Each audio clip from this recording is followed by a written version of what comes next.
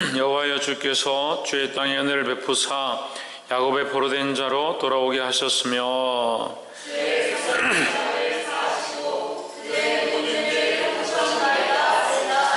주의 모든 분노를 거두시며 주의 진노를 돌이키셨나이다.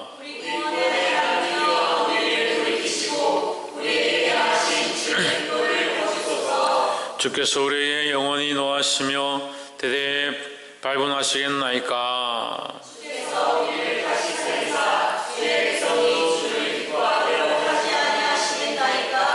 여호와여 주의 인자하심을 우리에게 보이시며 주의 구원을 우리에게 주소서. 내가 하나님 여호와께서 하신 말씀을 들으니 무릇 그에게서 그의 성도에게 합당히 말씀하실 것이라. 그들은 다시 어디서 내고 돌아가리라 할지로다. 진실로 그의 구원이 그를 경외하는 자에게 가까우니 이의 영광이 우리 땅에 가리이다.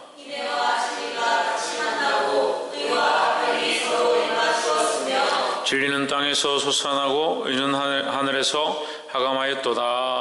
여호와께서 좋은 것을 주시니 우리 땅이 그 상분을 내리도다. 함께 읽읍시다. 의와 주의 앞에 앞서가며 주의 길을 닦으리이다. 아멘. 할렐루야. 아멘. 우리 예배 상에서 합시다. 사랑합니다. 사랑합니다. 축복합니다. 예, 시편 85편 말씀 함께 나누겠습니다. 시편 85편 말씀은 고라 자손이 영장에 맞추어서 기록한 시입니다. 85편의 말씀은 특별히 회복에 대한 말씀이다. 회복을 위해서 뭐가 필요하냐? 죄에 대한 회개가 필요하고 돌이킴이 필요하다. 죄에 대한 회개와 돌이킴이 있을 때에 하나님께서 회복의 일들을 시작하신다라는 거죠. 85편 1절에 여호와의 주께서 주의 땅에 은혜를 베푸사 야곱의 포로된 자로 돌아오게 하셨으며 했습니다. 돌아오게 하시는 이는 누구냐? 하나님이시다는 거죠. 그 야곱의 백성들이 원래 그 땅으로 돌아오는 것, 이것이 곧 회복이다. 우리가 원래 하나님의 자리 가운데로, 하나님과 교제하는 땅 가운데로, 하나님과 영적 교제 가운데로 돌아오는 것이 회복이다라는 거죠. 2절에 주의 백성의 죄악을 사하시고 저희 모든 죄를 덮으셨나이다 했습니다. 죄를 사하고 덮었다. 돌아오게 하는 것에 연관되어진 이 단어가 뭐냐? 죄를 사하고 덮는 것이다. 결국은 죄의 문제가 해결되어지고 하나님 앞에 이 죄의 문제를 덮게 하실 때에 돌아옴의 은혜가 있다라는 거죠. 그래서 우리가 하나님 앞에 돌아가려면, 하나님과의 관계를 회복하려면, 하나님과의 교제를 회복하려면 뭐가 필요하다? 죄의 씻음이 필요하다라는 겁니다. 6절에 우리를 다시 살리사 주의 백성으로 주를 기뻐하게 아니하시겠나이까. 주의 백성이 주를 기쁘시게 하도록 한다. 이 말은 우리의 원래 사명이 하나님의 백성의 사명이 뭐냐? 하나님을 기쁘시게 하는 것이다 라는 거죠.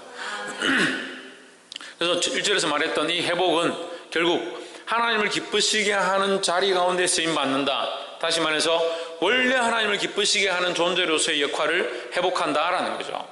우리는 원래 하나님을 기쁘시게 하고 원래 하나님을 찬양하는 존재고 하나님의 영광을 드러내는 존재다라는 거죠. 원래 우리가 우리의 삶을 온전히 살고 하나님 말씀대로 살아가면 누구를 기쁘시게 하냐? 하나님을 기쁘시게 하는 자다라는 거죠. 그런데 왜 이 하나님을 기쁘시게 하는 것이 무너졌느냐? 죄에 대한 문제 때문에 무너졌다라는 거죠. 그래서 이 죄에 대한 돌이킴은 결국 하나님과 영적 회복과 연관되어진다라는 겁니다. 7절에 여호와의 주의 인자하심 우리에게 보이시며 주의 구원을 우리에게 주소서 했습니다. 이 인자하심과 구원은 결국 뭐와 연결되어 있습니까? 죄에 대한 사함과 연결되어 있다라는 거죠. 그래서 우리가 하나님 앞에 회개하고자 하고 우리의 죄를 토설할 때에 하나님의 인자하심과 구원을 보게 된다라는 겁니다. 그 하나님 앞에 우리가 죄를 내어놓고 토설하고 자백했지만 하나님 용서하지 않으시면 죄 사함이 일어나지 않죠? 하나님 우리에게 인자를 베풀지 않으면 죄의 문제가 해결되지 않죠? 죄의 문제가 해결되지 않으면 하나님 앞에 기도할 수도 없고 하나님을 기쁘시게 할 수도 없고 하나님과 교제를 회복할 수도 없다라는 거죠. 그래서 하나님 여전히 뭐 하신다? 그 인자와 구원을 우리에게 베푸신다라는 겁니다. 그렇기 때문에 우리는 뭘 해야 된다? 우리의 죄악을 내려놓고 하나님 앞에 통회자복해야 한다라는 겁니다. 그것이 하나님과 교제를 회복하는 가장 큰 핵심이다라는 겁니다. 오늘 이 회복이 주님 앞에서 일어나기를 주의 이름으로 축복합니다. 두 번째는 9절 말씀, 진실로 그의 구원이 그를 경외하는 자에게 가까우니 이의 영광이 우리 땅에 머무리이다 했습니다. 10절을 보시면 긍휼과 진리가 같이 만나고, 인애와 진리가 같이 만나고 의와 화평이 서로 입맞추었으며 했습니다. 여러분, 우리가 이 단어를 그냥 쉽게 이렇게 읽지만 실제로는 이 단어들은 서로 반대되는, 좀 상반되어지는 단어들입니다. 인애는 좋다, 사랑한다, 덮어준다, 끝까지 참는다, 길이 참는다, 이런 뜻이에요. 근데 진리는 뭡니까? 진리에서 벗어나는 것, 말씀에서 벗어나는 것, 하나님에서 벗어나는 건 아니다. 그건 참 길이 아니다라고 하는 거죠. 그러니까 인애는 덮어주는 것이고 사랑하고 감싸주는 것인데, 진리는 바르지 않은 것은 길이 아니다라고 하는 게, 이 길만이 참 길이라고 하는 것이 진리다라는 거죠. 의와 화평은 어떻게 됩니까? 의의 길이 아니면 그것은 이미 화평이 무너지는 거예요. 하나님 안에 의의 길이 아닌 곳에 있는 것은 하나님과의 화평이 무너진 거예요. 그런데 하나님의 법은 어떻느냐? 인애와 진리가 같이 있다. 인애와 진리가 같이 있다는 말은 우리가 앞에서 말한 것처럼 우리가 죄로 말미암아 죽을 수밖에 없었는데 하나님 우리를 사랑하시고 긍휼 베푸시기 원하신다. 우리가 돌이키고 하나님 앞에 회개하고 나오면 하나님 뭘 더하시냐? 인애를 더하시는 겁니다. 진리로 하면 어떻게 됩니까? 진리로 하면 죄의 길로 가는 것, 하나님을 배반한 것은 용서가 안 되고 끝나야 되는 거예요. 그 길은 안 된다. 그 길은 없다. 길은 이 길밖에 없다. 바른 교훈은 이것밖에 없다. 하나님 말씀을 지키는 것밖에 없다. 이렇게 되어야 하는데, 죄의 길로 간 우리를 용서하시는 이 인애와 하나님의 말씀의 진리가 함께한다. 의와 화평이 함께한다. 의롭지 않은 자와 화평할 수 없죠. 하나님 원래 의로우신데, 의로우신 그 하나님이 의롭지 않은 죄의 길로 가는 우리와 화평할 수가 없죠. 근데 하나님의 방법과 하나님의 모양은 어떻느냐? 의와 화평이 서로 입맞추며 연합하며 하나 되며, 하나님은 완전한 의를 요청하시면서 우리에게 뭘 베푸시냐? 그 화평하심을 베푸신다라는 겁니다. 11절, 진리는 땅에서 솟아나고 의는 하늘에서 하감하였도다 했습니다. 진리는 땅에서 솟아나고 의는 하늘에서 구보 보도다 했는데 하늘에서 제 성경은 이제 쏟아진다. 그 땅은 진리로 가득하고 하늘에서도 뭐가 가득하고 하나님의 의가 가득하고, 그럼 온 천지가 뭐예요? 하나님의 진리와 의로 가득하다라는 거죠. 다시 말하면 하나님의 진리와 하나님의 의는 완전한데, 이 땅에 누가 있어요? 우리 인간들이 있죠. 우리가 그렇게 살고 있잖아요. 근데 우리는 어렵지도 못하고 완전하지도 못한 거예요. 근데 하나님의 진리와 의는 하늘과 땅에 가득하다. 그래서 하나님 뭘 하시냐? 우리에게 그 진리 가운데 인애를 베푸시고 그 하나님의 의 가운데 화평을 베푸심으로 말미암아 그 하나님의 은혜가 가득하도록 한다라는 거죠. 이것을 하나님의 법은 완전하다라고 고백할 수 있는 것입니다. 그래서 하나님의 법과 하나님의 그 공의로 우리를 심판하고 멸망시키는 것이 목적이 아니라 하나님의 법과 하나님의 공의로 우리를 살리고자 하신다라는 거예요. 그렇게 되면 우리는 어떻게 됩니까? 우리의 죄를 알고 죄인됨을 알고 우리의 연약함을 알고 하나님을 의지하고 그 앞에 엎드려야 한다는 겁니다. 마지막 세 번째로 12절에 여호와께서 좋은 것을 주시리니 우리 땅이 그 산물을 내리로다. 여호와께서 좋은 것을 주시리니 이 의미는요, 우리가 좋은 것을 받을 만한 자격이 되느냐, 다시 이렇게 돌아보면 되죠.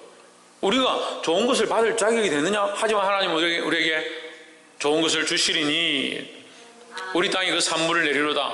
우리 땅이 그 산물을 낼 만한 자격이 안 되지만 하나님께서 그 산물을 주신다라는 거죠.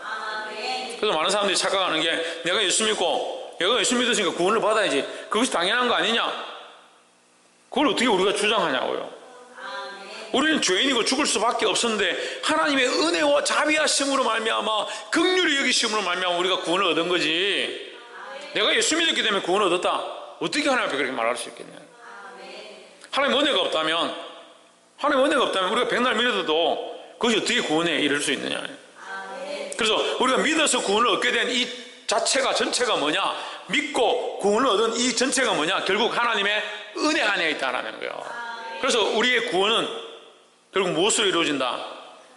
하나님의 은혜로 말미암아 우리가 얻게 된 것이다 라는 거예요. 13절, 너희가 주의 앞에 앞서가며 주의 길을 닦으리로다 했습니다. 결론적으로 이 말씀 13절이 결론인데요, 결국 하나님이 하시는 일은 어렵고 결국 하나님이 행하신 모든 것들은 공의롭다라는 거죠. 하나님께서 그 의대로만, 그 공법대로만 하시면 우리는 살 사람이 아무도 없다는 거예요. 그런데 하나님의 그 의와 공법을 가지고 우리를 망하게 하시고자 하는 것이 아니라 우리를 바른 길로 인도하고자 하고 돌이키게 하시고자 한다라는 거죠. 그렇기 때문에 하나님의 그 의를 행하시고 우리를 책망하시고 때로는 징계하신 그것조차도 결국 하나님의 공의 안에, 공의의 모습 안에 있다라는 겁니다. 그래서 주의 길을 닦으리로다 이렇게 했지만 제 성경에 뭐라 되어 있냐면 주의 종족으로 길을 삼으리이다. 이 종족은 뭐예요? 걸어온 발자취다. 하나님이 인생을 역사 가운데 행하신 모든 것들을 돌아볼 때, 우리는 온 인류 가운데 행하신 모든 것을 우리가 돌아볼 때 하나님의 이 행하심은 완벽하시고 완전하시고 의롭다라는 거죠. 하나도 우리를 그냥 버리시거나 이 공의를 깨뜨리시거나 우리를 망하게 하시는 것이 아니라 하나님의 공의를 완전히 세우시면서도 하나님의 사랑과 인애로 우리를 덮으셨던 그 모습을 우리가 볼 수 있다는 거죠.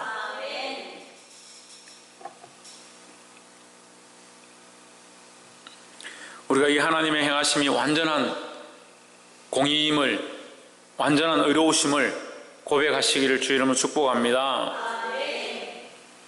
말씀을 맺겠습니다. 오늘 우리 세 가지 말씀을 나눴습니다. 이 본문 가운데 하나님, 우리가 망하기를 원치 않으시고 하나님의 사랑으로 우리 안에 회복하게 하시길 원하시는 줄 믿습니다. 이 하나님의 사랑으로 회복되기를 소망합니다. 회복되길 위하여 우리에게 뭐가 필요하냐? 죄를 토설하고 자백하고 회개하고 주님 앞에 나오는 것이 필요하다라는 거죠. 또한 두 번째로 하나님의 법은 완전하시다라는 거죠. 그러니까 하나님께서 잘못하셨다, 이거 아니다, 그렇게 할 수가 없는 거예요. 하나님의 법은 완전하니 그 하나님 앞에 순종하고 우리 삶을 돌이키고 하나님께 맞춰가야 한다는 거죠. 그렇게 할 때 누구를 기쁘시게 하는, 하나님을 기쁘시게 하는, 원래 기쁘시게 하는 자의 모습으로 회복될 수 있다는 겁니다. 마지막으로 우리는 날마다 입술로 또한 삶으로 간증하며 고백해야 하는데 뭘 고백해야 되냐? 하나님의 행하심과 그 모든 일들은 의롭다라고 고백해야 되는 거예요.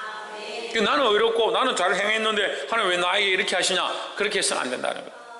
우리의 연약함을 알고 우리의 부족함을 알고 그 가운데다 사랑을 베풀고 계시고 우리의 죄의 길을 돌이켜서 사랑으로 인애로 인도하셔서 의롭게 우리를 인도해 가시는, 은혜로 인도해 가시는 그 하나님의 사랑을 고백할 수 있는 저와 여러분 되기를 주의 이름으로 축복합니다.